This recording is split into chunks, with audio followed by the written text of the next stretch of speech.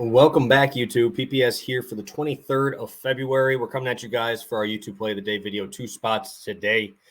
You guys know where we're going. We're going to the West Coast Conference for 2 spots today. So make sure you tune over on Twitter. I will probably do maybe a free play thing like I did yesterday in our comment section here on YouTube, or I'll put one out over on Twitter because both of these ones are the late games.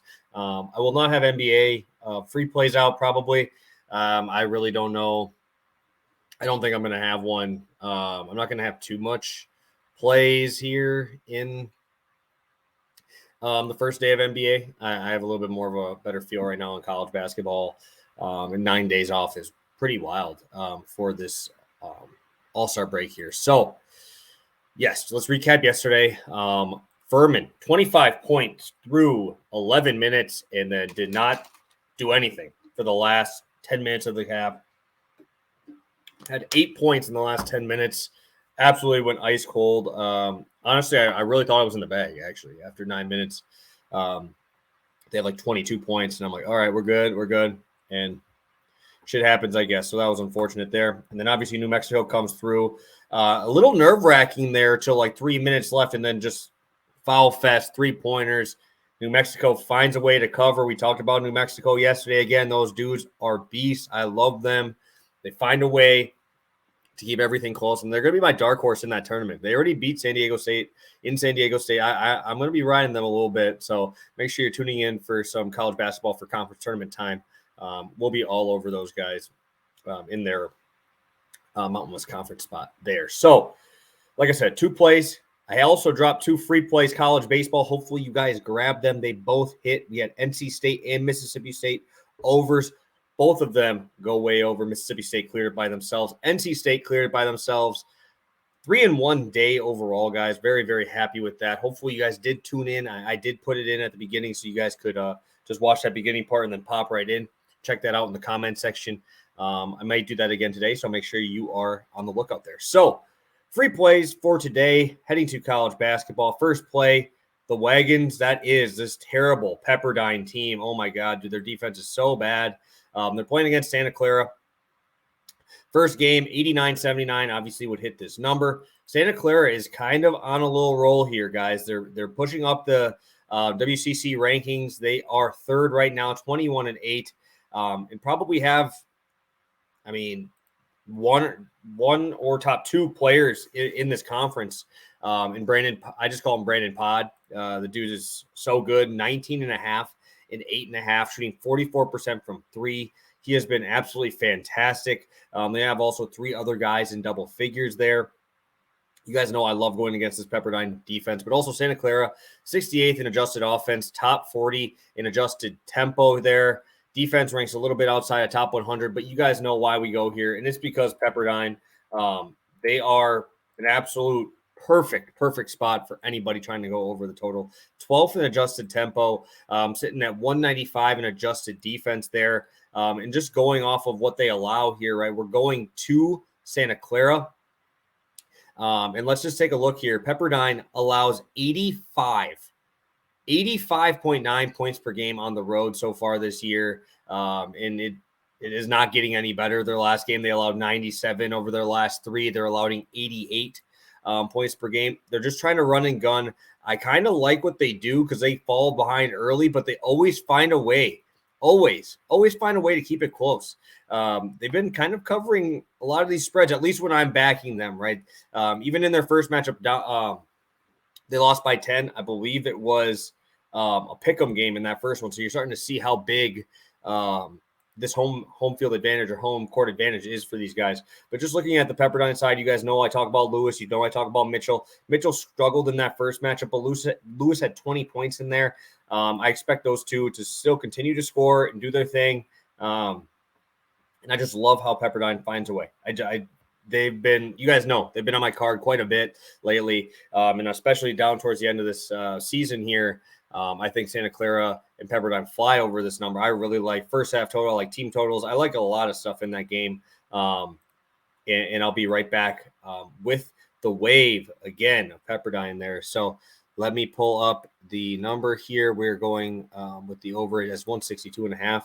Like I said, first game was a pick 'em. You're seeing Brandon Podzimski That's pretty good, actually. I thought I would be a little worse. 20.5 is his line there. I don't even hate that. That's how bad this defense is. So I don't know if I'll be betting props in West Coast Conference. I have not ventured into that realm yet, but let's head over to play number 2, and it's going to be this one right here. San Diego is going to Gonzaga, over 77.5 first half.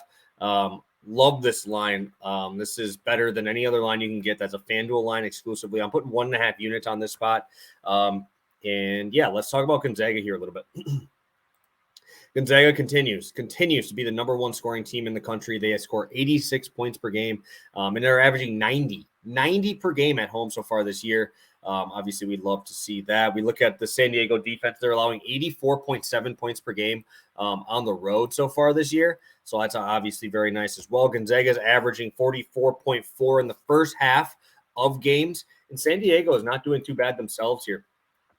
We look at San Diego for points per game, sitting in the top 100. They actually score more on the road, which is encouraging, 36.2 points per game on the road in the first half. We talk about Gonzaga. This is a tough spot for pretty much anybody in this conference. But San Diego is very fun to watch. They have that same type of build. Just got to put this in perspective. San Diego played Pepperdine earlier this year and won 111-88. They get in these crazy shootout games. In their first couple games of the West Coast Conference conference play, you just started seeing some pretty high numbers. I think that's obviously just because their defense is not very good as well. We saw them even give up 78 points to St. Mary's, which is obviously not in